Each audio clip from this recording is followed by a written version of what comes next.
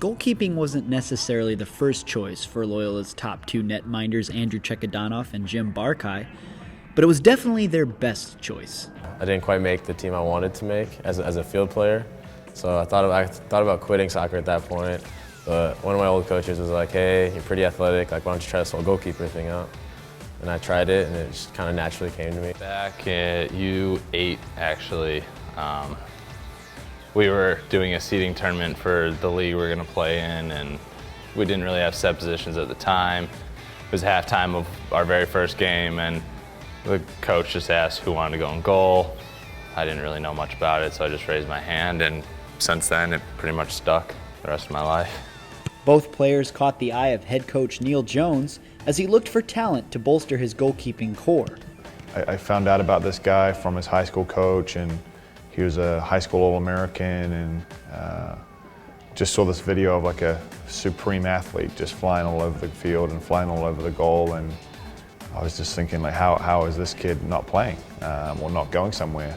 I'm 5'11", so for being a pretty small goalkeeper, I like to think I'm pretty aggressive in the air on crosses and things like that.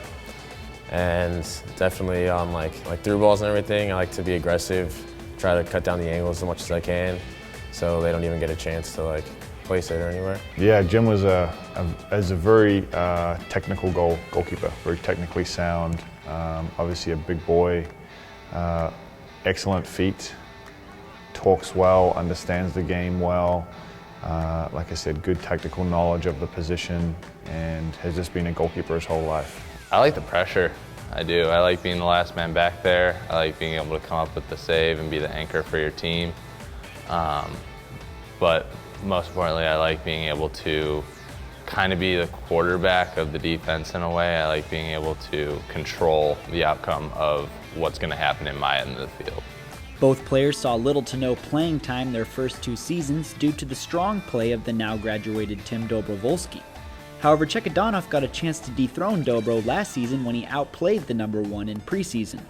Unfortunately for the redshirt junior, that opportunity lasted just under half an hour.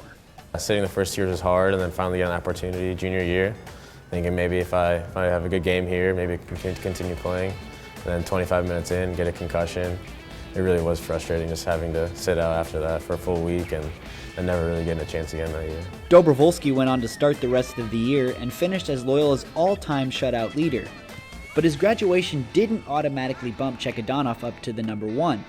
Barkai, the redshirt sophomore, had something to say about that. We really didn't know. We really didn't know until probably a couple of days, 3 days before.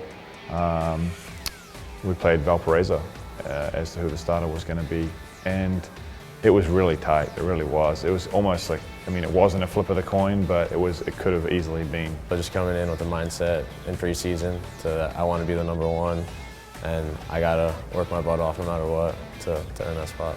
And win the spot he did. Czech has started every game to this point in the season after getting the nod from Coach Jones, but because of how talented Barkai is as well, Czech's job is far from secure. We just felt like he, gave a little bit more confidence to us, maybe as a coaching staff or the team as well. I think his aerial ability off crosses is slightly better than Jim's. But who knows what happens? Jim's more than able to step in, and we'll likely see some time this year at some point. Just when and who against, we don't know yet. Every practice, I just worry about myself, and so that's what I do. I focus on myself, how I'm bettering myself throughout training, and I know that process is going to keep me ready for the game if called upon.